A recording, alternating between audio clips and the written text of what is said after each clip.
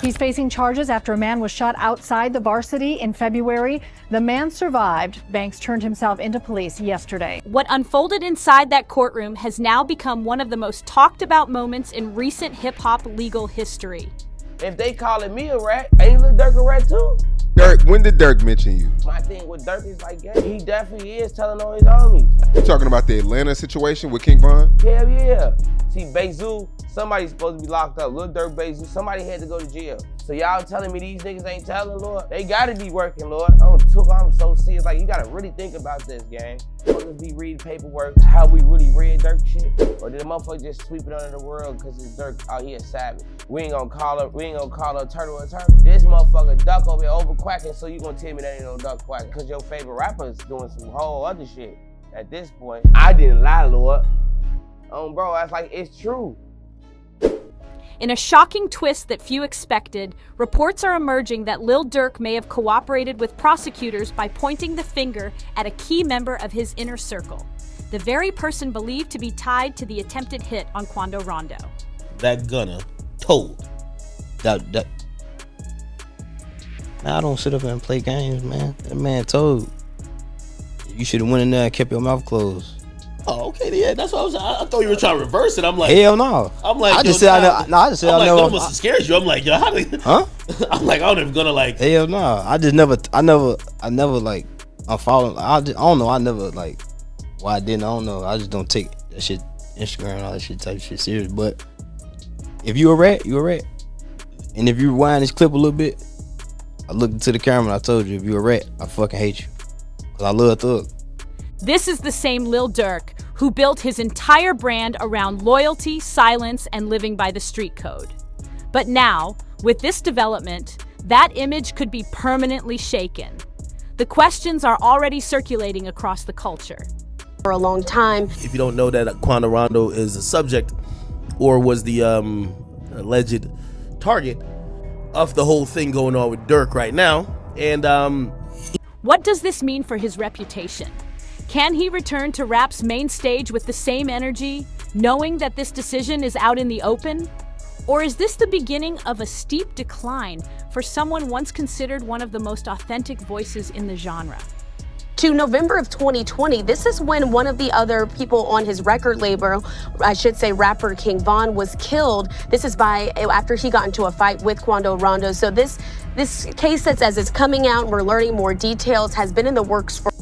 Durk's legal situation has taken a dramatic turn, and speculation is growing that he may have flipped on Kevin London Grant, also known in the streets as VNI.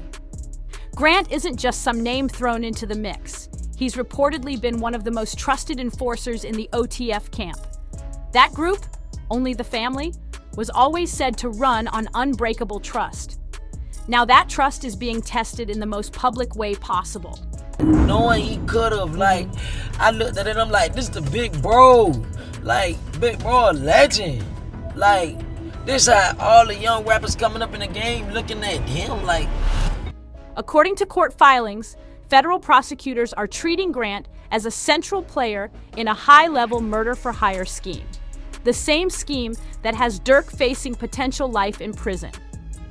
What's raising eyebrows is how quickly Grant's name rose to the forefront of the investigation. Sources suggest that prosecutors might have received that information from someone very close to the operation. This isn't just about one man getting caught up. Grant allegedly touched every part of the plan. He reportedly took a private jet into Los Angeles, arranged hotel accommodations for the crew, purchased ski masks to conceal identities, and provided 2 high-end sedans to carry out the mission. Most serious of all, he's accused of supplying the crew with automatic weapons, including a machine gun. If anyone was deeply involved, it was VNI.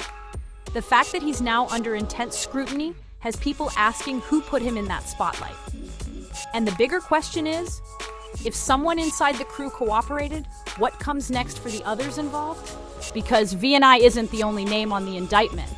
DeAndre Dontrell Wilson, Keith Jones, David Brian Lindsay, and Asa Houston are also part of the case. All 5 men were reportedly part of a crew that federal prosecutors say stalked Quando Rondo and his cousin, Sia Robinson, throughout Los Angeles. From the moment they touched down in San Diego, authorities claim the mission was already underway, allegedly coordinated and funded by Lil Durk himself. But now, with Kevin VNI Grant sitting in the hot seat, speculation is growing that Durk may have supplied key information to shift federal attention away from himself. According to the feds, this wasn't some spontaneous act. It was a premeditated operation. The group allegedly followed Rondo's Cadillac Escalade from a dispensary to a clothing store, trailing his every move before setting up the ambush at a Beverly Center gas station. Prosecutors say Asa Houston parked the getaway vehicle while Keith Jones, David Lindsay, and another unidentified accomplice approached and opened fire. A hail of bullets that ended the life of Robinson. This wasn't random. Prosecutors are calling it a calculated hit, a mission directed from above, and carried out by a tight circle of enforcers. And yet, with Grant now positioned as the primary target of the case, all eyes have turned to the possibility that someone close to the operation may have tipped off investigators. If Lil Durk did identify Grant as the central figure, it would signal a major shift in the story of OTF. Loyalty has always been the core of that camp, a code said to be unbreakable. But now, the rumors suggest that Durk's legal strategy could involve using Grant's alleged leadership in the plot to minimize his own role. Kevin Grant was no side character. Within the structure of OTF, he's known as a critical link, the man who kept things moving behind the scenes. For his name to surface in this way means the federal case is taking a sharp turn.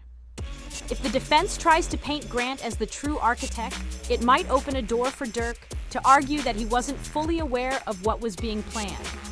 Still, the idea of Durk, the figurehead of the crew, turning on someone so deeply embedded in his own operation has left many in shock. In court, Lil Durk entered a plea of not guilty to all charges tied to the alleged murder-for-hire plot targeting Quando Rondo. As he stood before the judge, the atmosphere was tense. But beyond the formal charges, some observers sensed something deeper, an air of regret. Whether that was aimed at his team, his fans, or the life choices that led to this moment remains unclear. What is clear, however, is the weight of what Durk is facing: conspiracy, murder for hire, federal firearm violations. Each charge alone is serious. Together, they could mean a lifetime behind bars. Lil Durk's recent courtroom appearance was calm, calculated, even somber. As he entered his plea, there were no dramatic denials or outbursts. Instead, his delivery was steady and controlled, but observers noticed something else beneath the surface. Many are interpreting his tone as a subtle, veiled apology, not to the court, but perhaps to his inner circle. There's growing speculation that what played out in that courtroom wasn't just about defending against the federal charges. It might have been about damage control within OTF. Whispers continue to swirl that some members of his inner team, the same crew he built from scratch, are starting to feel the pressure. And if there's truth to the rumor that Durk supplied federal investigators with information on his top shooter, Kevin VNI Grant, then that quiet moment in court might have been aimed squarely at his own people. Federal prosecutors are laying out a detailed case. It includes flight logs, credit card transactions, and even private text messages, all allegedly tying Durk to the plot that left Quando Rondo's cousin dead. One of the most critical pieces of evidence is a message reportedly sent by Durk himself that read, "Don't book no flights under no names involved with me." To the government, this is a clear attempt to avoid detection, a conscious effort to cover his tracks. But to fans and observers, it's also raising bigger questions. How did this all come to light? And who gave what to whom? Now, with VNI Grant named as a central figure in the case, some believe that Durk's courtroom demeanor was more than just stress over the charges. It might have been remorse over the way this all unfolded. Was the apology not about admitting guilt, but about breaking a code?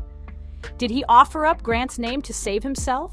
Or is the Fed's version of events just a strategy to splinter the OTF circle from within? Adding more fuel to the fire, prosecutors are using Durk's own music as evidence. They cited lyrics from his 2022 track, Wonderful Wayne and Jackie Boy, suggesting that he may have turned real-life tragedy, including the death of Lil Pop, into content for profit. It's a tactic we've seen before, but it's controversial, blurring the lines between creative storytelling and alleged criminal motivation. While the legal drama unfolds, Durk's fiancée, India Royale, has stepped into the spotlight in a major way. Known for her strong online presence and steady support, she was recently spotted outside the Miami courthouse following Durk's latest hearing. Her presence sent a loud message. She's standing by him through it all. Regardless of the mounting allegations, India has remained visible and vocal, a constant in the middle of growing uncertainty. As the courtroom battles intensify and more secrets come to light, her loyalty is being noted just as much as the charges themselves. How you not in jail? That's the question echoing across social media as fans try to make sense of it all. But beyond the courtroom drama and legal filings, the most concerning part of this entire situation might just be the long-term impact on Lil Durk's career and fan base. Durk's core supporters have been fiercely loyal, sticking with him through street beefs, industry shakeups, and personal tragedies. But even die-hard fans have a breaking point. Prolonged silence, missed release dates, and legal uncertainty are the kind of things that shake a fan base. And for an artist like Durk, who thrives on real-time energy and frequent releases, disappearing too long can be a critical mistake.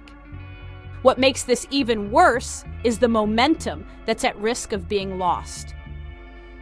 After the success of Almost Healed in 2023, featuring collaborations with future Alicia Keys, Morgan Wallen, and Lil Baby, Durk had positioned himself not just as a Chicago legend, but as a globally respected artist. That album reminded fans that he could evolve while still staying true to his street roots. Deep Thoughts was supposed to build on that energy, a project meant to bridge the street and spiritual sides of Durk, solidify his growth, and expand his audience. But now, it's on pause, and every week it gets pushed back. It risks turning from a major comeback moment into just another forgotten headline. The danger isn't just artistic, it's financial too. With legal battles front and center, tour dates are drying up, brand deals are backing out, and sponsorships are hesitating. That's millions in revenue potentially lost. In today's music industry, consistency isn't just about feeding fans, it's about maintaining business relationships and public image. The more uncertainty surrounding Durk's case, the harder it is for labels, agents, and partners to commit. Even his nonprofit, the Neighborhood Heroes Foundation, which once symbolized Durk's dedication to community reform, has reportedly begun to distance itself, a painful reflection of how far the ripple effect is reaching. That foundation was a key part of his rebrand, from street figure to social activist. Now, even that narrative is under pressure. And to make things even more complicated, prosecutors are using that very transformation against him. They're alleging that OTF is a hybrid organization, operating between the music business and the streets. It's the kind of argument we've seen used to build RICO cases before. And it's clear that they're trying to make Durk the face of the operation.